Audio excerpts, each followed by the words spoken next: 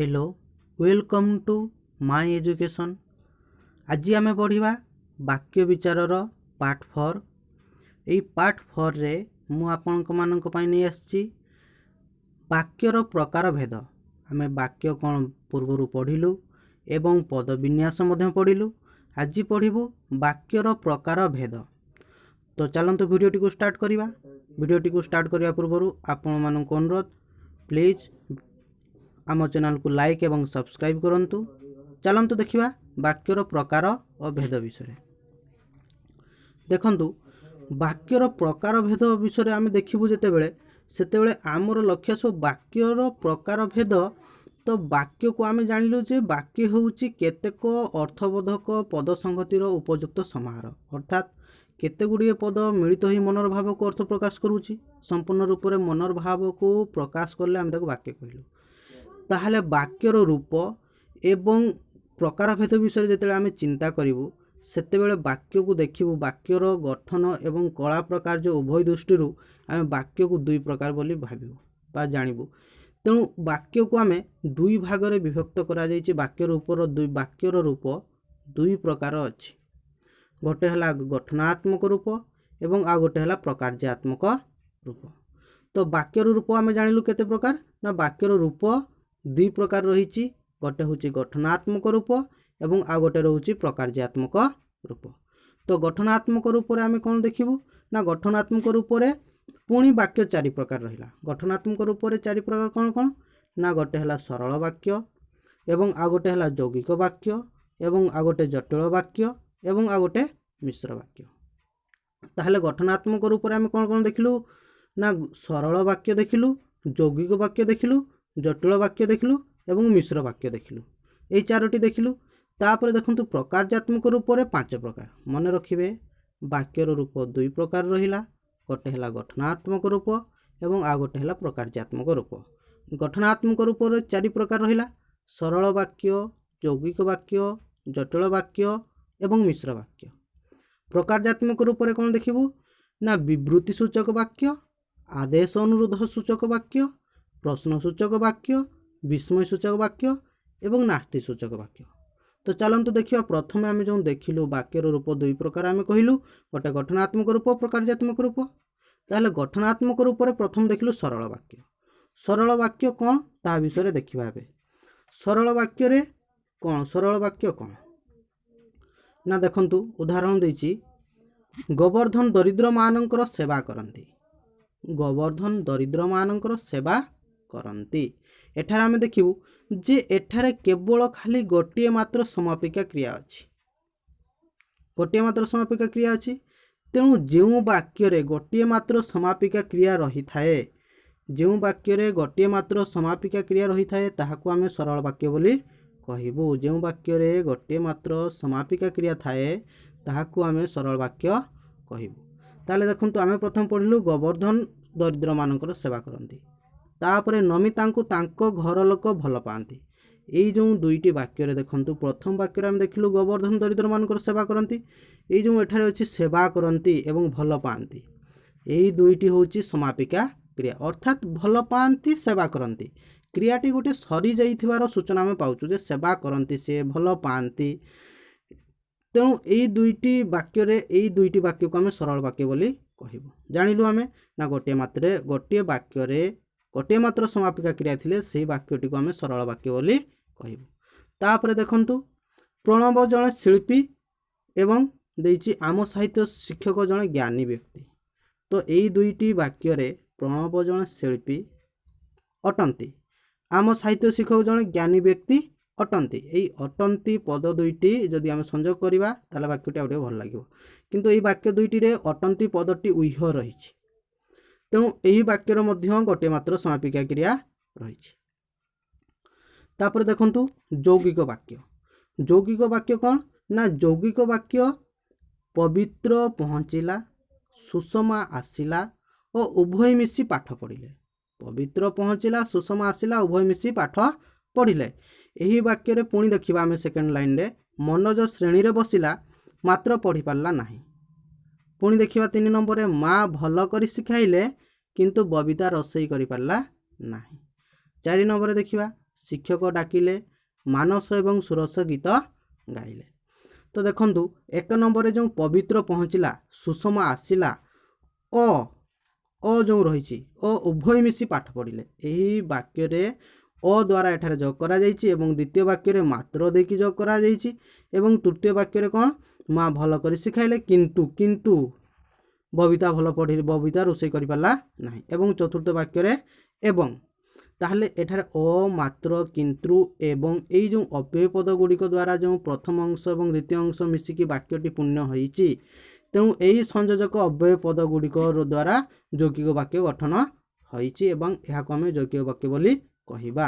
एवं देखंतु यौगिक वाक्य कहिले आमे कोन बुझिबा ना परस्पर निर्भरशील दुई बा ततोधिक सरल वाक्यर समाहार जगे गठित वाक्य को यौगिक वाक्य कहा जाए।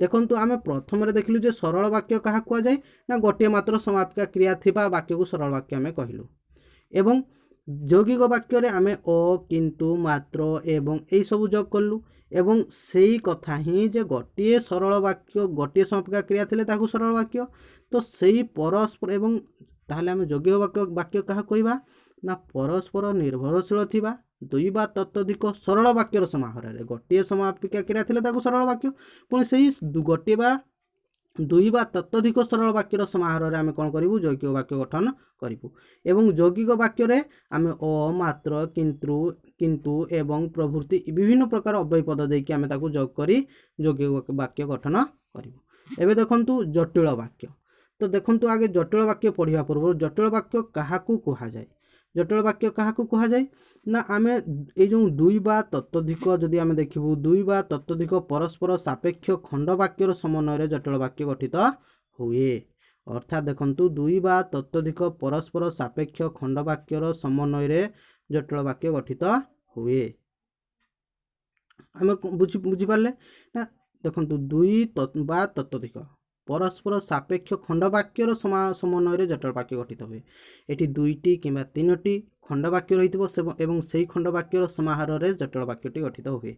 देखंतु एग्जांपल फॉर 1 नंबर रे अजा जेते बेले घरे पहुँचिले सेते बेले घरे रतन नथिला ताले देखंतु सेते अजा जेते घरे पहुँचिले सेते बेले घरे रतन नथिला तो एठी आमे जटिल वाक्य रे आमे दुईटी वाक्य को देखिबु ना देखंतु तापर एठी देई देइछि जे सेते बेले रतन घर नथिला एहा होची प्रधान वाक्य अजा जेते घरे पहुँचिले तो मुख्य वाक्य आमर कौन मुख्य देखंतु अजा जेते घरे पहुँचिले सेते बेले घरे रतन नथिला पुणी द्वितीय रे देखिबा बापा केबे आशा कर नथिले जे सनातन श्रेणी रे प्रथम हबो तेबे एठी देखिबा आमे कोन ना सनातन श्रेणी रे प्रथम हबो बापा केबे आशा करी नथिले।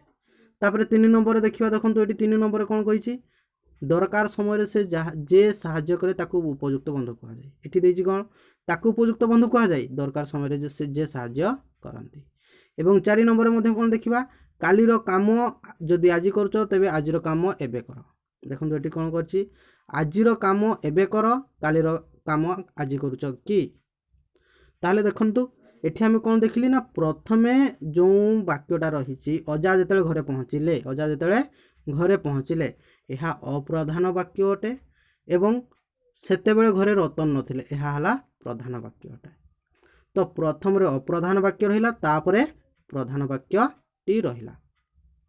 तो एठारे द्वितीय नंबर मध्य जे प्रथमे कोन रहिछि प्रथमे अप्रधान वाक्य रहिछि एवं तापरे प्रधान वाक्य रहिछि ताहले प्रथम वाक्य रे आमे देखिलु एठी लक्ष्य कलु जे प्रथमे अप्रधान वाक्यटी रहुछि तापरे परे प्रधान वाक्यटी रहुछि यह केवल जटिल वाक्य रे ना देखंतु अजा जेतेले घरे पहुँचिले सेतेले घरे रतन नथिला तो अजा जेतेले घरे पहुँचिले सेतेले रतन नथिला देखंतु अजा तो घरे पहुँचिले किंतु मुख्य कथाटा कोन सेते बेले घरे रतन नथिला से रतन को खोजी खोजी आछंती बा रतन को किछि कहिया पई भाबिथिले कि आस्तले तो अजा तो घरे पहुँचिले किंतु मुख्य इंपोर्टेंट रहिला कोन ना सी सेते बेले घरे रतन नथिला सेही भली द्वितीय वाक्य हम देखिबा बापा केबे आशा कर नथिले जे सनातन श्रेणी रे प्रथम हेबो तो देखंतु बापा तो आशा कर नथिले कोन आशा कर नथिले ना मुख्य कोन आशा कर नथिले जे सनातन श्रेणी रे प्रथम बोली ए जो मुख्य कथाटी रहिला सनातन श्रेणी रे प्रथम हो बोली जो मुख्य कथाटी रहिला एई कथाटी केबे हेले बापा आशा करी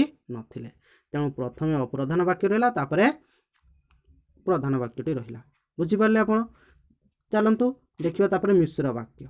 मिश्र वाक्य रे कोन रहिछि ना देखंतु मिश्र वाक्य आम ताकू कहवा ना देखंतु कौनसी प्रकार वाक्यर सम्मानित रूप को आम मिश्र वाक्य बोली कहवा। एठारे देखंतु गोटे सरल वाक्य हो पारे एवं आ गोटे मध्य सरल वाक्य हो पारे एवं दुई दुई तीनटी एमती वाक्य को आम जदि एकाठी करवा ताहाको आम मिश्र वाक्य बोली कहवा। देखंतु एक नंबर गीत बाजा नाचा नाच चलवा चलवा जो दर्शक मैंने देखा आसी देखंतु यौगिक वाक्यटी असंपूर्ण वाक्यटी असंपूर्ण कहीं ना गीत बाजा अ लगी अ कि अव्यय पद देती नाच चलवाई जो दर्शक मैंने देखा आसते यहाँ यौगिक असंपूर्ण वाक्य।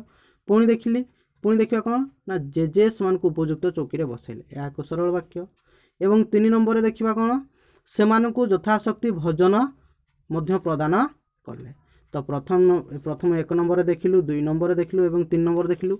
यही प्रथम द्वितीय और तृतीय वाक्य को जदि आम एकाठी करदेबू देखंतु तेबे कौन हम गीत बाजा और नाच चलवा समय जो दर्शक मैंने देखा आसते जे से उपयुक्त चौकी रे बसाइले और से यथाशक्ति भोजन मध्य प्रदान कले। तो देखंतु यही जो वाक्यटी को 3टी वाक्य को आम एकाठी करके गोटे मिश्र वाक्य गठन कलु। तेणु 3टी वाक्यर समाहार ये है। तेणु आम कहबू जेकोसी प्रकार वाक्यर से सरल हो कि यौगिक हो से सबू वाक्य गुड़िकर सम्मानित रूप को आम एकाठी करूँ जदि जो वाक्यटी मिल आमको ताको आम मिश्र वाक्य बोली कहबू। देखो तापर वाक्यर आम ए देखलु जे वाक्यर आम ये प्रथम कहली जे वाक्यर रूप गठनात्मक रूप और प्रकारजात्मक रूप। तो गठनात्मक रूप से जो 4 भाग रही गठनात्मक रूप 4 भाग रही ताको आम सरल वाक्य यौगिक वाक्य जटिल वाक्य मिश्र वाक्य ताको आम देखिलु। एवं तापर देखिबु एबे आम प्रकारजात्मक रूप 5 प्रकार ताको आम एबे देखिबु प्रकारजात्मक रूप कौन कौन रही। तो प्रकारजात्मक रूप रही प्रथम देखंतु विवृत्ति सूचक वाक्य। देखो विवृत्ति सूचक वाक्य कौन ना जो ठारे कौन जो वाक्य आम कौन गोटे विवृत्ति देवा कौन गोटे वक्तव्य प्रकाश करवा से वाक्य को विवृत्ति सूचक वाक्य कहवा। विवृत्तिर अर्थ कौन गोटे विवरण प्रदान करवा अर्थात वक्तव्य प्रदान करवा। तेणु विवृत्ति सूचक वाक्य कहले आम कौन वाक्य जदि कौन विषय जदि निर्दिष्ट विषय जदि कौन गोटे विवृत्ति बा सूचना बा गोटे वक्तव्य प्रकाश करुए से वाक्यटी को आम विवृत्ति सूचक वाक्य बोली कहवा। देखो तो एग्जांपल ए वर्ष प्रबल शीत होउछि ए वर्ष प्रबल शीत होउछि आज ए वर्षर जो शीत होउछि ताहा विषय वक्तव्य प्रदान करा जाइछि। तेणु कवि मानक मध्य सारल दास आदि कवि अटंती। देखंतु एठारे कोन कराइछि ना कवि मानक मध्य सारल दास आदि कवि अटंती। देखंतु कवि मानक मध्य सारल दास आदि कवि अटंती। तो देखंतु एठारे कवि मानक मध्य सारल दास आदि कवि बा प्रथम कवि बोली एठारे हमको सूचना मिली। यह हूँ विवृत्ति सूचक वाक्य। सेमिति किसी नहीं आप खाली बुझंतु टिके कौन कही तेबे आप बुझीपारे और यह करें एवं यह प्रश्न रे आसले मध्य आप जानीपारे यह एक विवृत्ति सूचक वाक्य कि नुहे बोली। एवं देखंतु तापर आम पढ़ू अनुरोध सूचक वाक्य बा आदेश। अनुरोध बा आदेश सूचक वाक्य जो अनुरोध करा आदेश आसीथिबो ताहाको आम अनुरोध सूचक वाक्य कहवा। देखंतु एग्जांपल आज्ञा मते टिके साहाय्य करंतु आम एठी अनुरोध करिलु एवं द्वितीय वाक्य देखिबा घरटा को सफा कर दियो। एठारे आम कोन जनकु कहलु जे घरटी को सफा करी दियो आदेश देलु। तेणु जोठारे आदेश और अनुरोधर सूचना मिलुथिबो सही प्रकार वाक्य को आम अनुरोध बा आदेश सूचक वाक्य बोली कहवा। एवं देखंतु तापर प्रश्न सूचक वाक्य। प्रश्न सूचक वाक्य कोन ना जोठारे आपण मन जानिचंती जोठारे प्रश्न रहिथिबो से ताहा होची प्रश्न सूचक वाक्य। तेणु कौन सी प्रश्नर सूचना प्रदान करुवा वाक्य को आम कौन कहवा प्रश्न सूचक वाक्य बोली कहवा। तो देखंतु तमे केबे आसिल केबे कौन पाई कहीं केते बेले आज केते तारीख काली तमे कोठी जाउथुलो तुम ना कौन यही भली जो रही जोठारे प्रश्नर सूचना रहउथबो ताहाको आम प्रश्न सूचक वाक्य बोली कहवा। तापर देखंतु विस्मय सूचक वाक्य जोठारे गोटे गोटे विस्मय भाव प्रकाश करुथबो जेमति देखंतु एग्जांपल फॉर ओह आज की गरम। देखंतु एटा गोटे देछि आपनको बही रे बापा एते टंका देले बापा एते टंका देले विस्मय भाव प्रकाश होछि जे एते टंका बापा दे देले। एवं विस्मय सूचक वाक्यर देखंतु चिन्ह रहिछि आपन देखुथबे लक्ष्य करथबे विस्मय सूचक वाक्यर एई भली चिन्ह जो वाक्य शेष रहितबो आपन माने आखि बुझी कि ताहाको विस्मय सूचक वाक्य बोली जानि परिबे। ଏବଂ ସତରେ ତମେ ଆସିଛ, ସତରେ କ'ଣ ତମେ ଆସିଛ, ଏହା ମଧ୍ୟ ଏକ ବିସ୍ମୟ ଭାବ ପ୍ରକାଶ କରୁଛି। ତାପରେ ଦେଖନ୍ତୁ ନାସ୍ତି ସୂଚକ ବାକ୍ୟ। ନାସ୍ତି ସୂଚକ ବାକ୍ୟରେ କ'ଣ ରହିଛି ନା ଯେଉଁଠାରେ ନାସ୍ତି ନାହିଁ ବୁଝାଉଥିବ, କଥାଟି ନାକୁ ବୁଝାଉଥିବ, ନାସ୍ତିକୁ ବୁଝାଉଥିବ, ନେଗେଟିଭକୁ ବୁଝାଉଥିବ, ତାହାକୁ ନାସ୍ତି ସୂଚକ ବାକ୍ୟ କହିବା। ଦେଖନ୍ତୁ କ'ଣ ନା ରୀତା ଦ୍ୱାରା ଏ କାମ କେବେ ବି ହେବ ନାହିଁ, ରୀତା ଦ୍ୱାରା ଏ କାମଟି ହେବ ନାହିଁ, ତୁମେ କେବେ ଯାଇପାରିବ ନାହିଁ, ତମେ ମାମୁଁ ଘରରୁ କେବେ ଆସିପାରିବ ନାହିଁ, ତମର ନିୟମ ମୁଁ ପାଳିପାରିବି ନାହିଁ, ତମ କଥା ମୁଁ ଶୁଣିବି ନାହିଁ। ଏଇଭଳି ଯେଉଁ ନାସ୍ତିର ଅର୍ଥ ମିଳୁଥିବ, ନାସ୍ତିର ସୂଚନା ମିଳୁଥିବ, ତାହାକୁ ଆମେ ନାସ୍ତି ସୂଚକ ବାକ୍ୟ ବୋଲି କହିବୁ। ତେବେ ଆଶା କରୁଛି ଆପଣମାନେ ସବୁଗୁଡ଼ିକ ବୁଝିପାରିଥିବେ। ତ ଦେଖନ୍ତୁ ଆମେ ପଢ଼ିଲୁ କ'ଣ କ'ଣ ନା ବାକ୍ୟର କେତୋଟି ରୂପ ଅଛି, 2ଟି ରୂପ ଅଛି।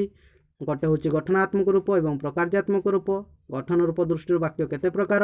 4 ପ୍ରକାର ପଢ଼ିଲୁ। ସରଳ ବାକ୍ୟ, ଯୌଗିକ ବାକ୍ୟ, ଜଟିଳ ବାକ୍ୟ ଏବଂ ମିଶ୍ର ବାକ୍ୟ।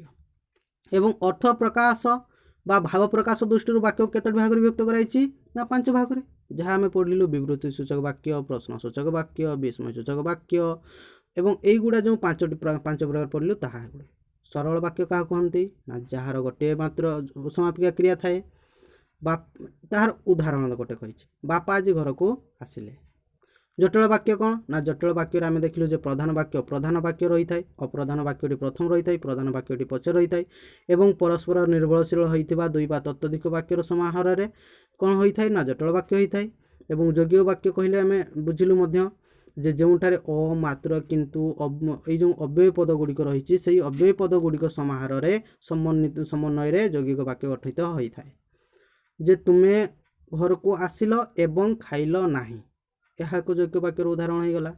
ତୁମ ମନରୁ ଗୋଟେ ମିଶ୍ର ବାକ୍ୟ ଗୋଟେ, ଏହା କିପରି ମିଶ୍ର ବାକ୍ୟ ହେଲା ପ୍ରମାଣ କର, ଆମେ ମଧ୍ୟ କରିପାରୁ। ତ ପ୍ରଧାନ ବାକ୍ୟ କାହାକୁ କହନ୍ତି ନା ଯେଉଁ ବାକ୍ୟରେ ଆମେ ପ୍ରଧାନକୁ ବୁଝାଉଥିବ, ଯେ ଗୋଟେ ବାକ୍ୟର ପ୍ରଥମ ଅପ୍ରଧାନ ରହିଥିବ ତାପରେ ପ୍ରଧାନ ବାକ୍ୟ। ତ ଯେଉଁଟାର ମୂଳ କଥା, ବାକ୍ୟର ମୂଳ କଥା ଯେଉଁଟା ରହିଥିବ, ମୂଳ ଉଦ୍ଦେଶ୍ୟ, ତାହାକୁ ଆମେ ପ୍ରଧାନ ବାକ୍ୟ ବୋଲି କହିବା। ଦେନ୍ ଦେଖନ୍ତୁ ଅପ୍ରଧାନ ବାକ୍ୟ ଯେଉଁଟାରେ ବାକ୍ୟର ଅପ୍ରାଧାନ୍ୟତା ପ୍ରକାଶ କରୁଥିବ। ଏବଂ 10 ନମ୍ବରରେ ଦେଖିବା ତଳ ବାକ୍ୟ ଗୁଡ଼ିକୁ ପଢ଼ି କେଉଁଠି କି ପ୍ରକାର ବାକ୍ୟ ଦର୍ଶାଅ।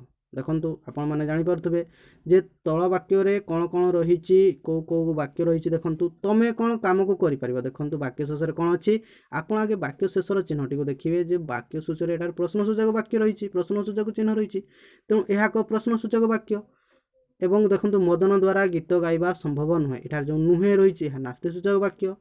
ଓଡ଼ିଶାର ରାଜଧାନୀ ଭୁବନେଶ୍ୱର, ଏହା ସରଳ ବାକ୍ୟ ବା ବିବୃତ୍ତି ସୂଚକ ବାକ୍ୟ ମଧ୍ୟ ଆମେ କହିପାରିବା ଯେ ଏଠାରେ ଗୋଟେ ଓଡ଼ିଶା ରାଜଧାନୀକୁ ଭୁବନେଶ୍ୱର ବୋଲି କୁହାହେଉଛି।